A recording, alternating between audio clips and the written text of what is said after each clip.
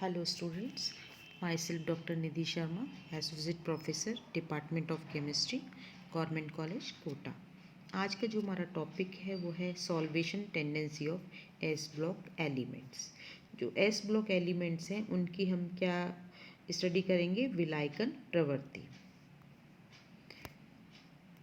देखिए, जो क्षार धातुएं होती हैं, एल्कली मेटल्स जो होते हैं, उनके सिंपल सॉल्ट्स को अगर वाटर में डिज़ोल्व करें तो अपने आयन मुक्त कर देते हैं। इस प्रकार उसमें जो है वो इलेक्ट्रिसिटी कंडक्ट होती है। आयनिक फॉर्म में आ जाएंगे तो क्या होगा, आयन्स जो है वो इलेक्ट्रिसिटी कंडक्ट करेंगे। और ये जो एल्कली मेटल्स की जो श्रेणी है उसमें सबसे छोटा जो कैटायन है वो कौन सा होता है, लिथियम आयन। और सबसे बड़ा कौन सा होता है, सीजियम आयन, है ना। तो अभी आप हम ये सोचते हैं कि लिथियम आयन सबसे छोटा है तो वो क्या होगा, तेजी से गति करेगा और इलेक्ट्रिसिटी जो है कंडक्ट करेगा, और उसकी जो कंडक्टेंस होगी, इलेक्ट्रिक कंडक्टेंस जो होगी वो हाई होगी। जबकि सीजियम आयन जो है वो बड़े आकार का है, क्योंकि ग्रुप में कहाँ आता है, वो नीचे आ रहा है, तो उसका साइज़ कैसा है, बड़ा है। और इसकी गति कैसी होनी चाहिए, कम होनी चाहिए। और ये जो इलेक्ट्रिसिटी कंडक्ट कर रहे हैं वो सीजियम आयन कम करेगा, ऐसा हम सोचते हैं, क्योंकि सीजियम आयन का जो साइज़ है वो बड़ा है और लिथियम आयन का जो साइज़ है वो छोटा है। तो इनकी इलेक्ट्रिक कंडक्टेंस के मान भी सीजियम के कैसे होने चाहिए, कम होने चाहिए। लेकिन ऐसा नहीं होता, इसकी जस्ट अपोजिट होता है।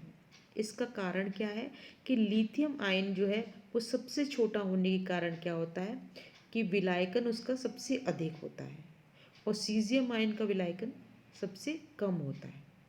अतः हम कह सकते हैं कि जलयोजित लिथियम आयन की कुल त्रिज्या का मान विलायक योजित या जल योजित सीजियम आयन की त्रिज्या से अधिक होता है। अधिक किसका होगा, लिथियम का।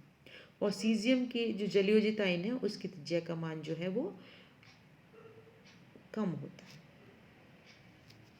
अब देखिए आप, लिथियम का जो आकार है वो कैसा है, सबसे छोटा है। इसके कारण इसकी डेंसिटी जो है वो अधिक हो गई और इनकी जो जलयोजन क्षमता है वो भी अधिक है। सीजियम आयन का आकार बड़ा होने के कारण क्या है कि इसका डेंसिटी कम है और इसमें सबसे कम जल के अणुओं को अपने साथ बांधे रखता है। मतलब जलयोजित होने की जो कैपेसिटी है वो कैसी है, इसकी क्षमता कम है। तो ये जलयोजित लिथियम आयन जो है, देखिए यहाँ पर लिथियम H2O और इस जो कॉम्प्लेक्स आयन है उसके ऊपर चार्ज कैसा है, +1। तो ये लिथियम आयन जो है वो बड़े आकार का तथा जलयोजित सीजियम आयन छोटे आकार का होता है।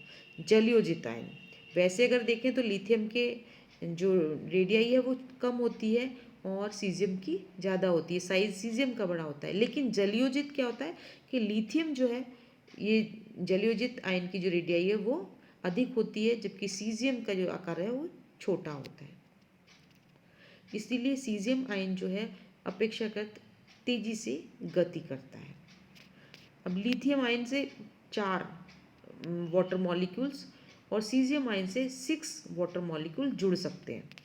लिथियम आयन से 4 जो मॉलिक्यूल्स हैं वाटर के, वो एक साथ बंधित होकर ये सेकेंडरी हाइड्रेशन स्फीयर का निर्माण करते हैं। जबकि सीजियम जो है, सीजियम आयन Cs+1 का जो सेकेंडरी हाइड्रेशन स्फीयर है वो कम होता है, छोटा होता है।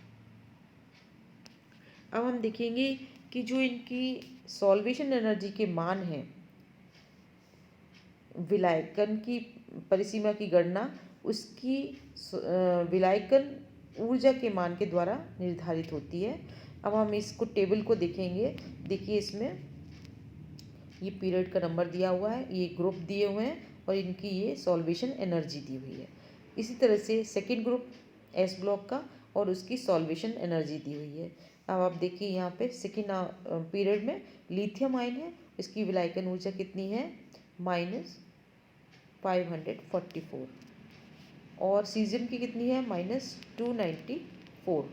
ये जो एनर्जी दी गई है वो किस में है, विलायकन ऊर्जा जो दी गई है किलो जूल पर मोल में है।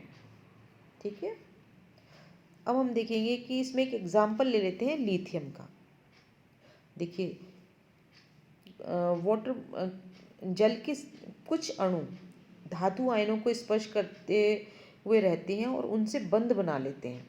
ये जल अणु जो है विलायकन की जो प्रथम सतह है या हम के प्राइमरी शेल जो है बनाते हैं, और लिथियम आयन जो है टेट्राहीड्रल शेप में 4 वाटर मॉलिक्यूल के साथ में कोऑर्डिनेट बॉन्ड बनाता है।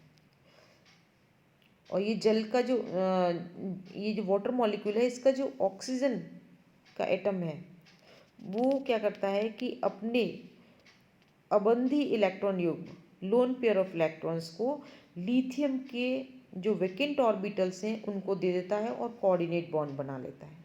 अब आप देखिए लिथियम का एटॉमिक नंबर कितना है 3, तो इलेक्ट्रॉनिक विन्यास कितना हो जाएगा 1s2 अब आप यहाँ पे देखिए 1s में 2 हो गए, 2s में 1 इलेक्ट्रॉन है और 2p जो है वो वैकेंट है।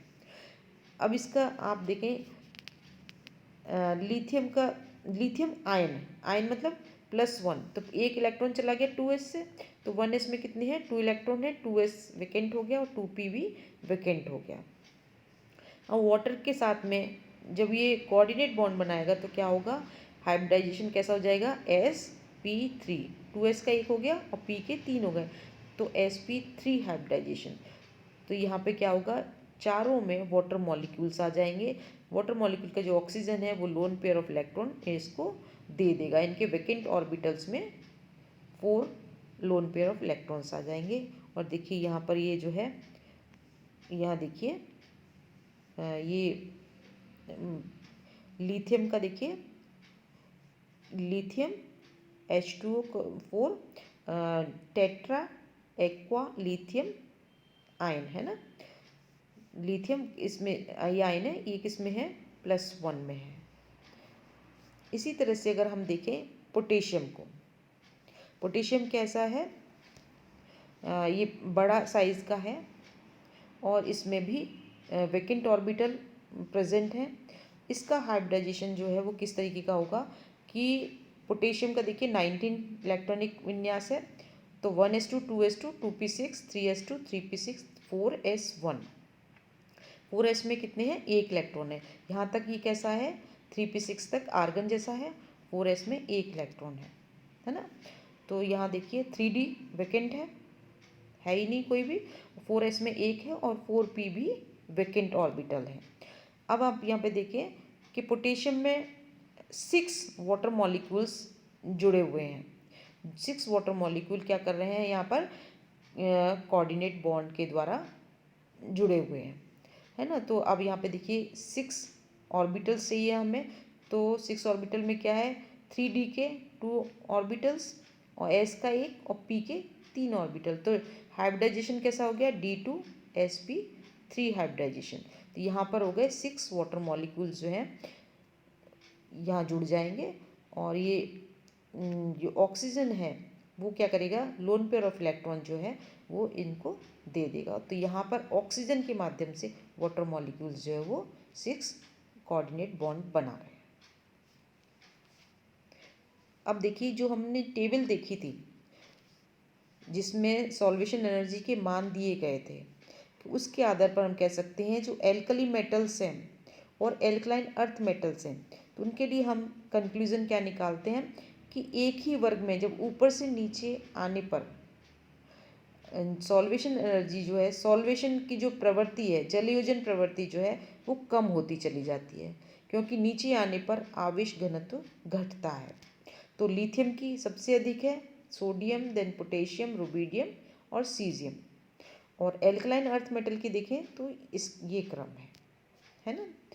अब दूसरा पॉइंट क्या निकलता है इसमें कि जो एल्कलाइन अर्थ मेटल्स हैं उनका जो साइज़ है वो एल्कली मेटल्स की तुलना में कैसा होता है, छोटा होता है, अतः इनकी जो विलायकन क्षमता है वो भी अधिक होती है। इसलिए आप देखिए यहाँ पे बेरिलियम 2+ लिथियम से अधिक है, मैग्नीशियम की सोडियम से अधिक है, कैल्शियम की पोटेशियम से अधिक है, स्ट्रोंशियम की रुबिडियम से अधिक है और बेरियम की सीजियम से अधिक है। ठीक है, समझ में आ गया आपको? Thank you.